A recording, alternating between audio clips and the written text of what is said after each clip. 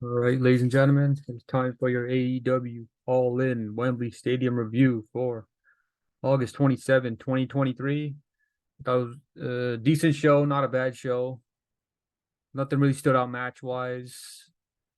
Just a lot of decent, good, or yeah, decent, okay matches. Best match was probably MJF Adam Cole. Not so much because of the match, it was because of the story they were telling. Oh, they're pretty much best friends now and they can't attack each other, try to get the upper hand on one another. So I thought that was the best match of the night. Worst match, probably the six-man tag. Just wasn't a fan of it. Very slow pace for the most part. But yeah, I just didn't really care for that match. All right, let's get to it. First match, we got CM Punk versus Samoa Joe for the Real World Championship, according to CM Punk. Slow start to the match, and then Punk hit Joe with the Hurricane Rana. Joe hit Punk with the running big boot on the outside. Joe countered the Hurricane Rana, and then he slammed Punk into the bottom of the announce table, and part of it broke off. And CM Punk or Samoa Joe pulled CM Punk out from underneath of the table, and CM Punk's just bleeding out of nowhere. Punk countered the Muscle Buster, and he hit a Samoa Joe with a roundhouse kick. Punk hit Joe with the Protoplex, so he's doing John Cena's moves. And then instead of doing the "You Can't See Me," he does the Hogan taunt behind the ear.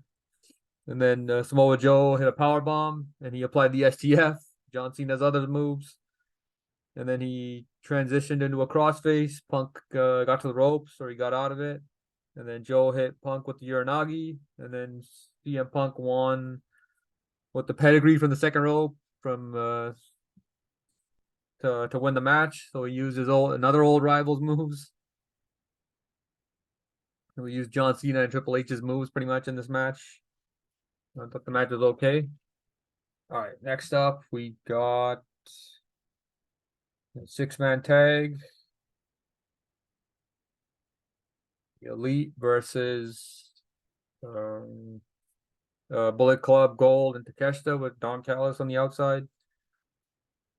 A lot of punches and chops early on, and then Omega hit a suicide dive. Adam Page hit a fallaway slam. And then Page hit a clothesline from the top rope. There was a double moonsault spot here with Bushi and Omega. Bushi like messed up. He hit his foot on the bottom of the rope or whatever. It wasn't as clean as it was just mistimed or whatever. And then Jay White hit a Uranagi. Takeshita hit a Blue Thunder Bomb, and then Page hit a moonsault on the guns on the outside of the ring. Adam Page hit the Buckshot Lariat, and then Takasha rolled up Omega for the win. Got the 3 count. So it might be another match between Takeshita and Omega at All Out next week. So we'll see what happens with that. But yeah, I still don't really care for this match. All right, next up we got FTR versus Young Bucks. Decide who's the better tag team or whatever. The build-up was terrible for this match, just doing a bunch of stare downs every week. All right, so Nick Jackson hit a suicide dive, then he hit a swanton on Cash Wheeler. Cash Wheeler hit an uppercut, and then FTR hit a double pile driver on the Young Bucks, and then the Young Bucks hit a double pile driver of their own. They got an ear fall. FTR hit the big rig, and then they hit the big rig again, and then that was it for that. So FTR wins, and then after the match, FTR put their hands out, and then there was a little bit of a hesitation or whatever, Young Bucks, and then they didn't shake their hand. So this could continue or might be the end. So yeah, let's see what happens with that. All right, next up, we got Stadium Stampede match. Just upload the photo. There we go. We got Blackpool Combat Club and Santana and Ortiz versus Best Friends, Eddie Kingston and Penta. A lot of brawling everywhere. Is it possible to take notes for this? 1,000 camera cuts. So I did what I could. All right. Trent hit a moonsault. Penta hit 2 sling blades, and Penta hit Moxie with skewers in his head or something. And then after he hit him, there was like 7 or 8 left in his head, and they eventually fell off. And Moxley brought a fork in the ring, and he stabbed Orange Cassidy with a fork. Then Moxley, he yanked Trent onto a ladder while Trent was going for a move from the second rope.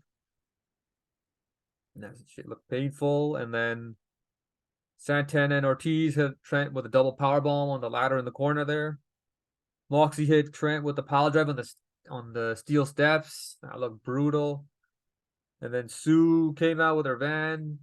And then, Tony Schiavone does, oh, it's Sting. This time he did, it's Sue. And she had like weapons in the car with like trays with like cookies and muffins and stuff on it. So Trent and Chuck were using those. And then Penta came back earlier in the match. He left and then he came back. He had like a new suit or a new ring gear on. If it was red or silver, I can't remember. Then he hit a sunset powerbomb on Santana off the ladder. When he first tried to climb it, the ladder like tipped over or it broke off or something. So he tried a second time and he eventually got it. And Cesaro back in the ring. Cesaro hit the Cesaro swing on Orange Cassidy. Ortiz put somebody through a table with a suplex. And then Orange Cassidy hit DDT on glass on Moxley. Cassidy brought glass in or whatever. And then Orange Cassidy hit the orange punch with his hand wrapped around in glass. And he got the win. Still don't really care about the build-up for this match. A lot of these matches I just didn't really care for. The storylines wasn't that good. But yeah, match. And we'll see if the feuds continue or whatever. Maybe Moxie and Kingston, I guess. I don't know. All right, next up we got the 4-way match for the women's title between Saraya, Britt Baker, Toni Storm, and Hikaru Shida. During her entrance, Saraya came out with her family during her entrance, and they all sat in the front row. Saraya's mom was in the front row, and she held back Britt Baker while Toni Storm chopped Britt Baker. Storm was setting up a hip attack, and then that's when Ruby Soho came out. She sprinted to the ring, trying to restore order between her group. Storm knocked her down, and then Saraya tied up Storm in a submission, and then Baker curb stomped her while she had her in the submission. And then Baker was trying to apply lockjaw on Shida. Saraya grabbed a can of paint and sprayed it into Toni Storm's eyes, and then she hit the nightcap for the win. Pretty predictable outcome. Saraya in her hometown, she was going to get the win. It's pretty obvious.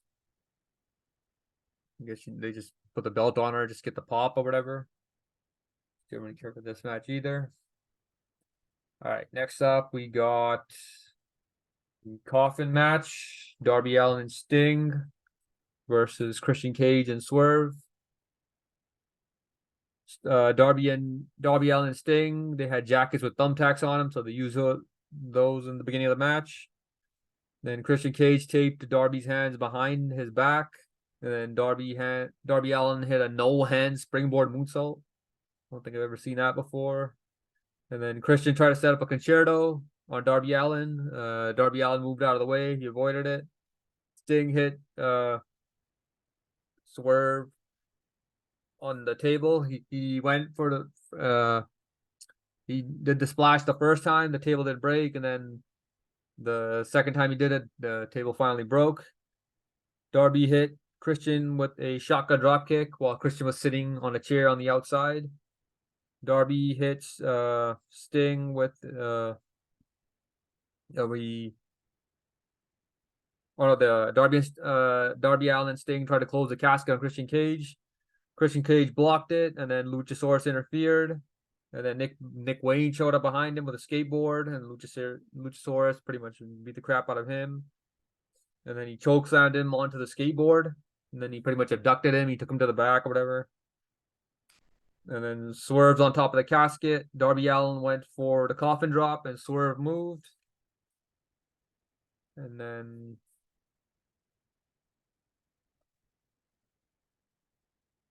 Sting hit Christian Cage with he applied the Scorpion Deathlock. Swerve hit Sting with a chair. And Christian hit Sting with a bat. Swerve hit Sting with a double stomp. And then Swerve and Christian, they threw the casket into the ring. Swerve tried to put Sting in the casket. He closed the casket. He thought he won, but Sting blocked it with his baseball bat because he threw the bat in after he threw Sting into the casket. And then Swerve went for the 450 splash. Sting moved out of the way. Sting hit Swerve with a Scorpion Death Drop on top of the coffin. And then Sting put Swerve in the casket. And then Swerve blocked it with his hands after Sting closed it. Darby Allin hit the coffin drop. And then Darby Allin and Sting win the match. So now they're still undefeated. They put a stat up during their entrance that they were 18-0 when Sting and Darby Allin team up. And now they're 19-0. So they're still undefeated as a tag team. All right, next match we got Will Ospreay versus Chris Jericho. Chris hit Ospreay with a drop kick, and then Jericho hit a German suplex on the apron. It looked like Will Ospreay landed on his neck. I thought he messed up his neck, something sprained it at least. Looked brutal. Then Will Ospreay hit Chris with a springboard kick. And then Will hit a standing shooting star press. And then Jericho hit a Hurricane Rana for a 2 count. Will hit a shooting star press while Chris was on the ropes. And then Jericho applied the walls of Jericho. And then Sammy Guevara, he was out there with Jericho. He hit Will with the baseball bat while Don Callis was on the apron. Then Will Ospreay, he fights out of it. And then Chris Jericho hit the Judas effect for a 2 count. And then Will hit a double. He did like a double underhook, and then he twisted him and Jericho in the air and slammed him down. And he got the 3 count. So Will Ospreay wins. Another predictable outcome. He was in his hometown. Pretty obvious he was going to get the win. All right. Next up, we got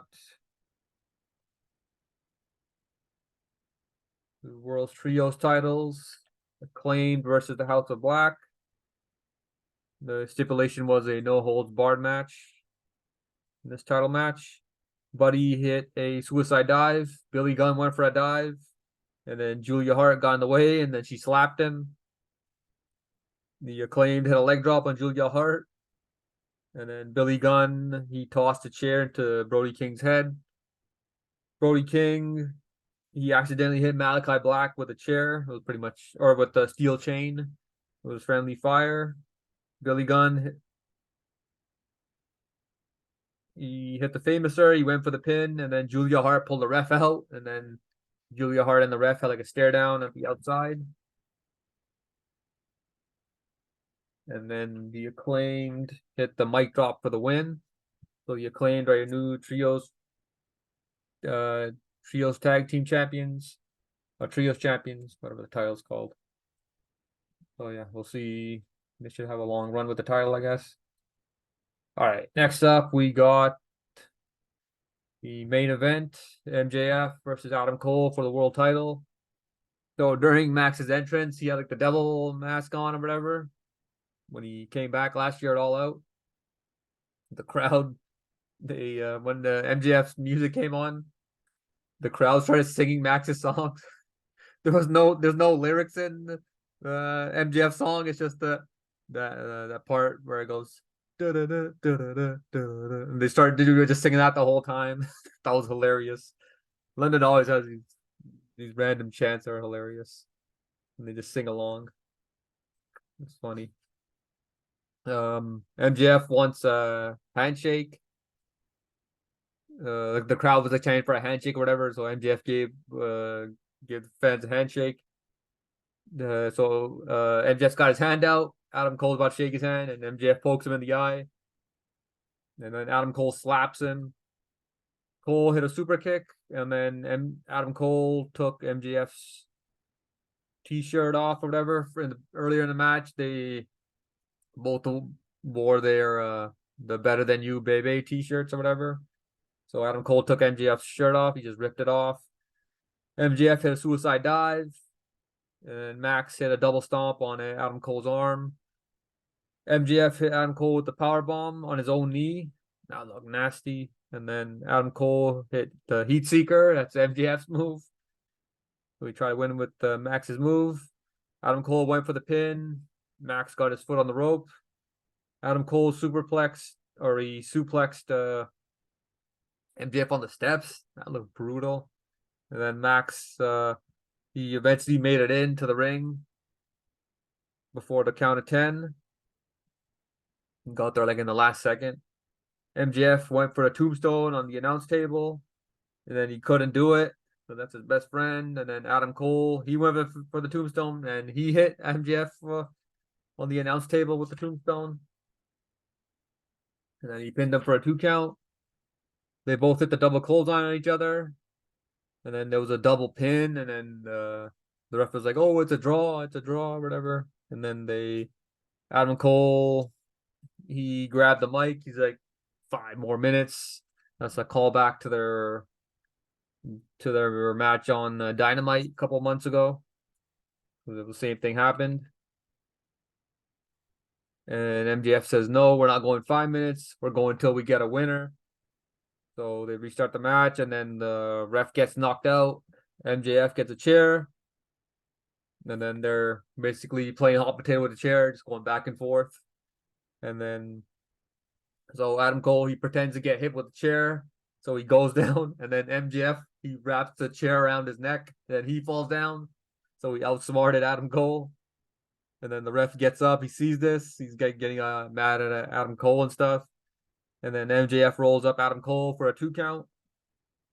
MJF hit Heat Seeker for a near fall, and then Adam Cole hit a German suplex on MJF on the apron. And then Cole hit a Canadian Destroyer on the outside of the ring. And then he tosses Max in the ring. He gets a 2 count. Adam Cole goes for the Canadian Destroyer. And then Max pulls the ref in the way. And then Adam Cole hits the ref with the Canadian Destroyer. And this is where MJF pulls his Dynamite Diamond ring out.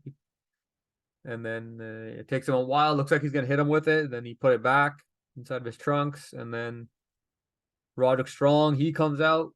He low blows Max. And then Adam Cole hits a Canadian Destroyer on MJF. And then he lowers the boom. MJF kicks out. And there's like a dramatic count. The ref takes his sweet time to do the count. And then Roderick Strong, he threw the world title into the ring. And then he tells Adam Cole, "Do it, man. Just do it." Adam Cole grabs the title, and he chucks it away. Roderick Strong leaves, and then MJF pins Adam Cole for the win, inside cradle pin. And then after the match, MJF, he brings the Ring of Honor tag titles into the ring. He grabs his, and he gives Adam Cole his tag title. Adam Cole throws it down. And then MJF says, "I get it. You never cared about me. You only cared about the belt. You're a fake."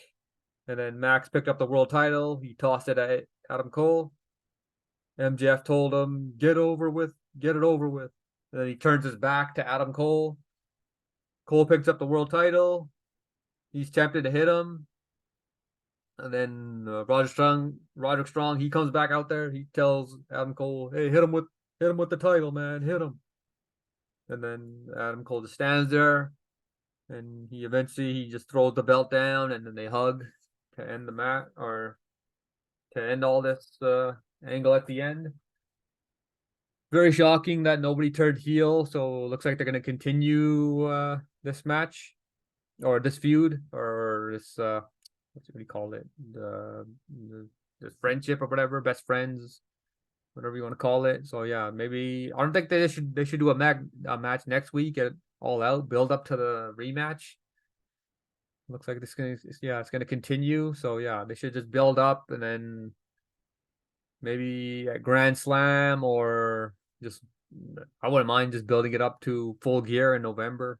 But yeah, I wouldn't mind to see that. But overall, I thought it was a decent pay-per-view. Not too bad. Nothing really stood out match-wise. I give this pay-per-view about a 6 out of 10. They the commentator, Nigel McGuinness, during the pay-per-view, they announced it was over 81,000 people, like the biggest wrestling crowd ever. So yeah, pretty good show or decent show. Yeah, but most of the matches didn't really care for. It's not a good storyline. It was pretty much about this, and then a little bit about the other feud with the Chris Jericho Don Callis stuff. But yeah, so this is the MJF and Adam Cole is the most interesting storyline they got right now. So we'll see where it goes. Yeah, but most of the show is pretty much unpredictable. I mean, predictable. Wrestling's better when it's unpredictable. You don't know what's gonna happen. It's just boring if it's too predictable, I guess. Yeah, that was pretty much it for All In. See ya.